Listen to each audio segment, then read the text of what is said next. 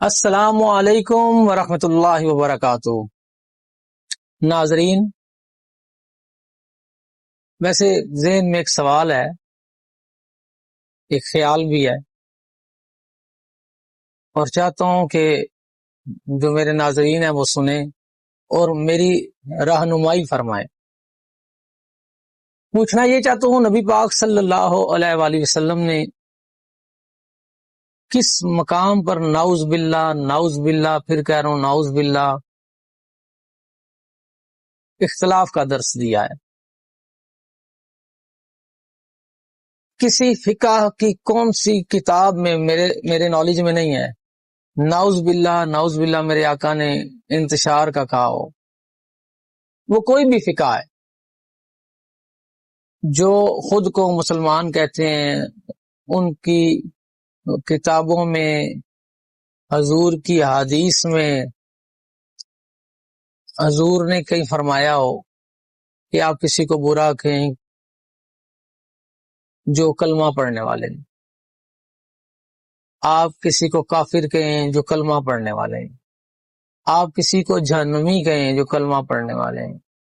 میری تمام فقہ کے علماء دین سے یہ گزارش ہے کہ خدا را امت تو پہلے ہی بڑی تقسیم ہو چکی ہے، امت تو پہلے ہی راستہ بھٹک چکی ہے، امتی تو دین کی تعلیم کو چھوڑ کے دنیا کی تعلیم کی دوڑ میں بھاگ چکے ہیں۔ تو آپ لوگوں کو اللہ نے ایک منصب دیا ہے، ممبر رسول دیا ہے، آپ حضور کی محبت کا درس کیوں نہیں دیتے؟ حضور سے مودت کا درس کیوں نہیں دیتے؟ اللہ اور اس کے رسول صلی اللہ علیہ وآلہ وسلم کے بتائے ہوئے راستوں پر چلنے کے لیے قوم کے بچوں کی رہنمائی کیوں نہیں کرتے؟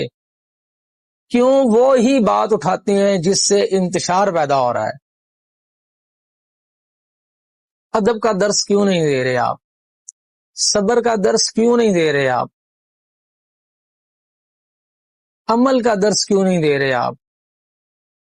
قوم کے بچوں کو کیوں نہیں بتاتے کہ قرآن کریم والفرقان حمید میں سب سے زیادہ جو ذکر ہے وہ نماز اور صبر کا ہے؟ نماز پڑھیں، صبر کریں، یہ درس کیوں نہیں دیتے؟ کیوں درس دیتے ہیں کہ فلانا کافر ہے اور فلانا جہنمی ہے، اس کے پیچھے نماز نہیں ہوتی، نہیں دے سکتا، یہ نماز نہیں پڑھا سکتا، وہاں جانا حرام ہے، وہاں کھانا حرام ہے۔ ہم تو پہلے ہی بھٹک چکے ہیں، ہمیں تو رسول پاک صلی اللہ علیہ وآلہ وسلم کی تعلیمات کی اشد ضرورت ہے، مجھ سمیت، میں خود کہہ رہا ہوں میرے سمیت ہمیں ضرورت ہے۔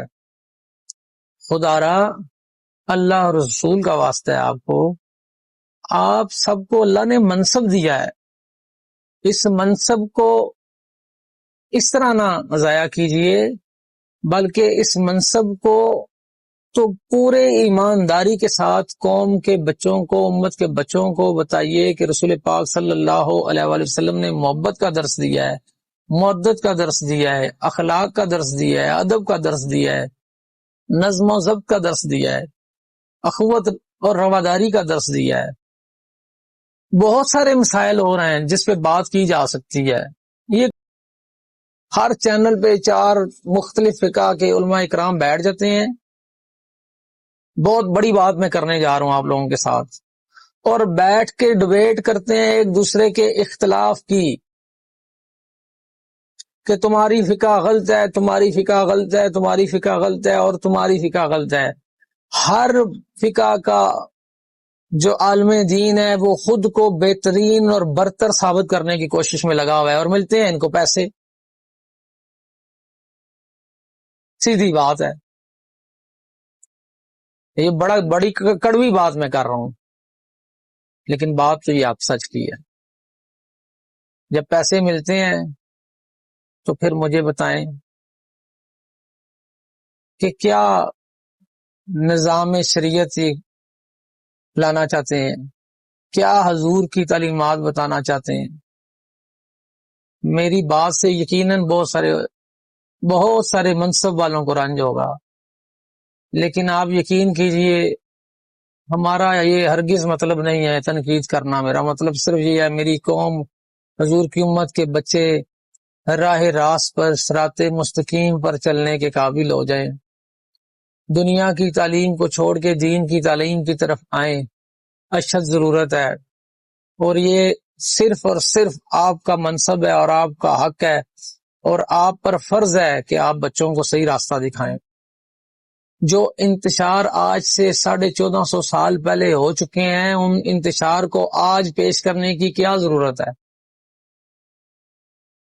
اس کا سوال ہوگا قبر اور حشر میں، تو آپ بتا دیجئے کسی سے بھی، کسی بھی فقہ کے علماء دین کو میں کہہ رہا ہوں، کسی بھی فقہ کے میں منصب والے بندے کو کہہ رہا ہوں، ان کا سوال ہوگا ہم سے، اس قوم کے بچوں سے ہوگا، امت کے بچوں سے یہ سوال ہوگا؟ کوئی سوال یہ نہیں ہے، اللہ اور اس کے رسول کا سوال ہوگا۔ اس لیے خدارا برائے مہربانی اللہ اور رسول کا پھر واسطہ دے رہا ہوں، انتشار میں نہ ڈالیں امت کو، محبت سے اپنائیت سے اکٹھا ہونے کا درس دیں ان کو، یہ اکٹھے ہو جائیں، ورنہ یہود نصارہ سر چڑھ کے بول رہے ہیں، ہر جگہ پہ مسلمان چکی کے نیچے پس رہا ہے، اور ہم اپنا پیٹ بھرنے کے لیے مختلف زاویوں سے، مختلف طریقوں سے ایک دوسرے کو غلط ثابت کرنے میں لگے ہوئے ہیں، اور اس کا 100% فائدہ یہود و نصارہ اٹھا رہے ہیں۔ کب سوچیں گے، کب آپ کو سمجھ آئے گی؟ اللہ مجھے اور آپ کو عمل کرنے کی توفیق عطا فرمائے۔ مجھے انتظار رہے گا اپنی عوام کا، حضور کی امتیوں کا، کہ کیا میں نے ٹھیک بات کہی ہے یا غلط کہی ہے۔ بہت بہت شکریہ۔